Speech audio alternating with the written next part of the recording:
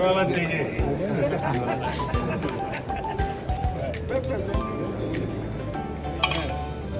प्रधानमंत्री नरेंद्र मोदी ने एक ऐसा रिकॉर्ड बनाया है जिस रिकॉर्ड को लेकर हर किसी नेता का सपना होता है कि वो भी इस मुकाम पर पहुंचे।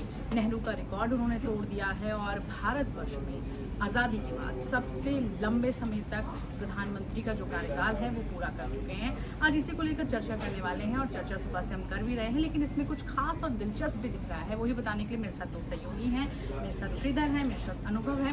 श्रीधर, प्रधानमंत्री का कार्यकाल पूरा हुआ, 12 साल हुए और उसको लेकर हम देख रहे हैं बीजेपी कार्यालय से लेकर जो बीजेपी के कार्यकर्ता हैं वो सब जश्न मना रहे हैं, जश्न में डूबे हुए हैं, हर जगह जश्न बन रहा है। लेकिन आज क्या कुछ खास दिखा इसमें? पूरे देखिए, मैं माफी चाहूंगा, मैं अरे नहीं, बिल्कुल आप लेकिन इसी बीच मतलब एक इतना इंटरेस्टिंग वीडियो कि आप उसे कह सकते हैं कि शायद आपको याद होगा बंगाल चुनाव में एक मुद्दा सबसे ज़्यादा जो हॉट टॉपिक था वो था पीएम मोदी का झालमुड़ी खाना। बिल्कुल बिल्कुल, वो सबको याद है। देखिए, सुवेंदु ने दिया और वो एक मैसेज इसलिए था क्योंकि बंगाल में एक तो बीजेपी पहली बार लड़ी है और बीजेपी का श्यामा प्रसाद मुखर्जी के समय से सपना था। वो मैसेज ये था कि हम किसी चीज़ को ब्रांड बना सकते हैं।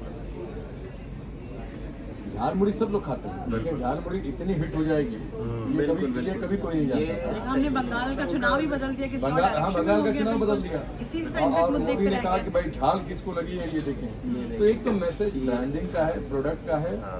दूसरा मैसेज जो है वो एनडीए की, आप देखिए फ्रेम में कौन कौन था। संजय निषाद थे, अभी कुछ दिन पहले एनकाउंटर पर बोल रहे थे, है ना।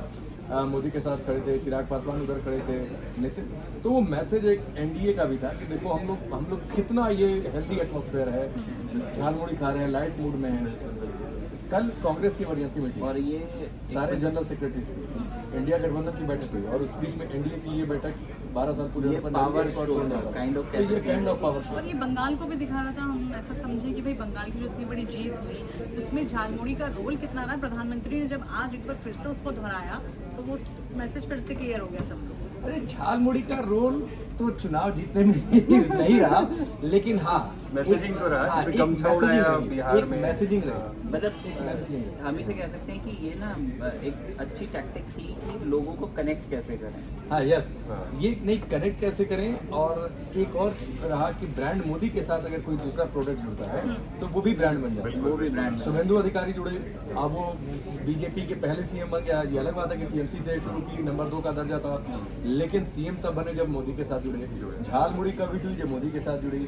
मोदी अंडमान चले जाते हैं, आप वो तस्वीरें आप देखो, वो तस्वीरें तो आज भी वो एक हमेशा सियासत में बातचीत होती है कि ब्रांड मोदी के साथ कोई प्रोडक्ट जुड़ता है तो वो खुद ही कैसे ब्रांड ब्रांड बन बन जाता जाता है। है। और बिल्कुल वो तस्वीरें जैसे सर ने जिक्र किया मालदीव वाला कि वो मालदीव मैसेज था, वो बाइकआउट होने लग गया। मालदीव के लिए बहुत बड़ा मैसेज था। बड़ा मैसेज था। मतलब अभी भी हमें याद है कि उस टाइम पे जब ये हुआ, वो पीएम मोदी का वो फोटो वायरल हुआ, उसके बाद दुनिया भर की रिपोर्ट आई कि इतनी सारी ट्रिप्स कैंसिल हुई है, लोगों ने कैंसिल किया था उस टाइम पे। तो बहुत बड़ा झटका भी था मालदीव के लिए। चलिए अपने मुद्दे पर हम आते हैं। 12 साल की बात हम कर रहे हैं प्रधानमंत्री के कार्यकाल की और कैसा वो सफर रहा। श्रीधर, आज हम देख रहे हैं कि आज काफ़ी ज़्यादा एनडीए की तरफ से बैठक, सुबह से हम देख रहे हैं दिल्ली में भजन कीर्तन चल रहे हैं। सीएम रेखा गुप्ता वहाँ पर हनुमान चालीसा कर रही है, मंदिरों में जा रहे हैं। मतलब सुबह से हम देख रहे हैं इसको लेकर काफ़ी मुद्दा ये मैं फिर से एक बार रोकना चाहूँगा। ये मुद्दा ये केवल मंदिर तक नहीं है, दरगाह में, मतलब दरगाह में चादर चढ़ाई जा रही है। तो इस पर क्या करेंगे? दरगाह में भी चादर चढ़ाएंगे। अब मोदी अब सेकुलरिज्म का नया चेहरा है भाई। अब ऐसे थोड़े एक जो मतलब ये था ना कि डायरेक्ट हिटिंग अपने आप पे जाना है, लेकिन वो बीजेपी में तो मुस्लिम नेता है ना कुछ नहीं, उसमें एक मैसेज दूसरा है। हाँ। और उसमें मैसेज एक ये है कि जो विपक्ष मोदी को मुसलमानों को मोदी के नाम पर डराता है, हाँ। तो उसमें मैसेजिंग ये है कि मुसलमान भी मोदी के साथ। तो पूजा और हवन हो रहा है, तो उधर देखो दरगाह में चादर भी मुस्लिम समाज के लोग चढ़ा रहे हैं। हालांकि कई जगहों पर आप देखिए अलग अलग धर्मों के भी लोग जाते हैं, चादर चढ़ाने में लोग रहते हैं, लेकिन वो मैसेजिंग बेसिकली ये है कि मुसलमानों को मत डराइए मोदी के साथ। हाँ, बंगाल में मुसलमानों ने वोट तो किया ही होगा मोदी के लिए, और अब यूपी में भी करना है, तो मैसेज लगातार देना पड़ेगा। पहले ही तय कर लिया भाई ने कि यूपी में भी करना है। यूपी में भी तो करना ही होगा। मतलब उसको लग रहा है कि ये बड़ा मैसेज है। मतलब ये बड़ा मैसेज है कि वो 144 करोड़ लोगों की बात कर रहे हैं, तो लोग सभी की बात कर रहे हैं। सभी बात करते हैं।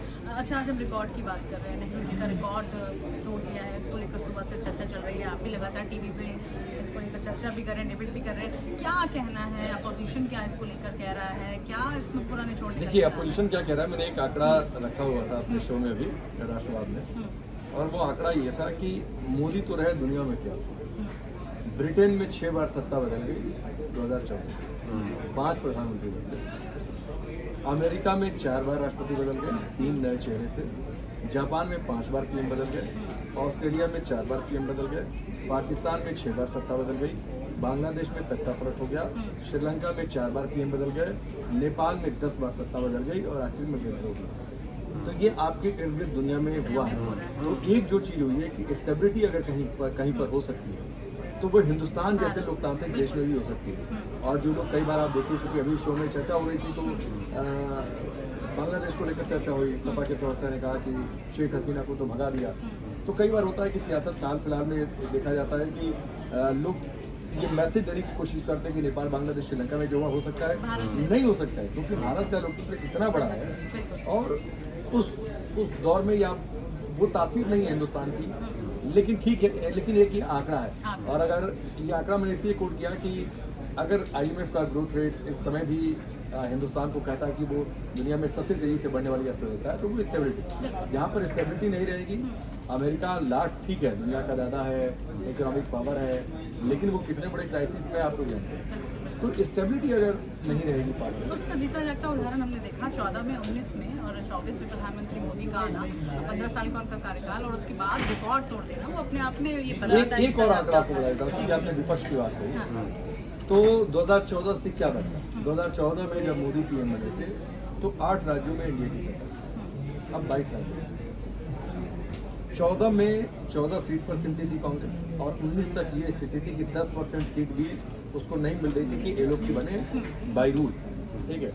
13 से ज़्यादा राज्यों में कांग्रेस या उसकी समर्थन वाली सरकारें मिल रही है। तो ये परिवर्तन, तो देखिए जिसकी सत्ता जाएगी तो वो कहेगा कि जैसे जयराम रमेश ने कहा कि भारत के गले में पत्थर की तरह है। कांग्रेस एक सोशल मीडिया पर डाला नेहरू जी की बड़ी सी फोटो, उसके नीचे छोटी सी प्रधानमंत्री मोदी की फोटो कि दिल बहलाने के लिए गाली वो तो बिल्कुल तो वो सियासत में ये सब है, चलता रहता opposition है है। सियासत। और सबसे बड़ी बात एक और चीज़ हुई कि कई राज्यों में तो नहीं, गोवा में, पुडुचेरी में भी ऐसा देखने को मिला कि ये लोग जीते, बड़ी पार्टी बने लेकिन सरकार नहीं बना पाई, इसे कि गठबंधन का गणित नहीं सुलझा पाए। तो गठबंधन का गणित सुलझाने में भी जो लोग कहते थे कि बहुमत की सरकारें मोदी नहीं चला सकते हैं, तो बहुमत की गणित से महाराष्ट्र में सरकार बनी, बहुमत की गणित से बिहार में बनी, क्योंकि जेडीयू कई बार पलटी मारी, ठीक है। और अब एक बहुमत का गणित और सेट हो रहा है कि टीएमसी के जो बागी सांसद आ रहे हैं, अब ये खबर है कि सरकार तैयारी कर रही है कि दोबारा से डिलिमिटेशन को लेकर आएगी, जिससे सीधा सा असर पड़ेगा, सीट्स पर पड़ेगा, लोकसभा में पड़ेगा। नहीं, जो डिलिमिटेशन पास नहीं हो पाएगा तो के चक्कर में पास वो फिर से, और उसका पूरा नंबर है, डीएमके अलग हट गया, इनके 20 सांसद आ रहे हैं बाहर, तो वो सपोर्ट करेंगे। 10-15 को होगा, किसी कोई वॉकआउट कर जाएगा, कुछ हो जाएगा, मौजूदा संख्या होता है। बड़ा डाटा आपने बताया, और क्योंकि हमने चर्चा की थी झालमुड़ी को लेकर और सीधा नहीं तो झालमुड़ी क्या है ना, मसालेदार होती है, तो जहाँ पर मसाला होता है उसमें कई मसाले जुड़ते हैं, और एक मसाला उसमें आपने भी डाला यहाँ पर आकर, इसी को लेकर हम चर्चा करते हैं। फिर तो मुझे लग रहा है जब भी पार्टी हम भी करेंगे तो झालमुड़ी जरूरी है। आप तो खैर दिल्ली की हैं, आपने तो कमी झालमुड़ी हमारे भेलपुरी चलती है, तो अपने डिफरेंस भी पता चला। जो हमारे यहाँ क्यूबिकल के बराबर में जो पेंट्री है, वहाँ भी हमें बोलना पड़ेगा कि भेलपुरी के साथ झालमुड़ी भी रख लीजिए, क्योंकि झालमुड़ी अब नया ट्रेंड फिर से दोबारा बनने वाला है। चलिए चर्चा को यहीं पे विराम देते हैं, फिर किसी नए विषय के साथ आप सभी के सामने हाजिर होंगे। तब तक के लिए नमस्कार।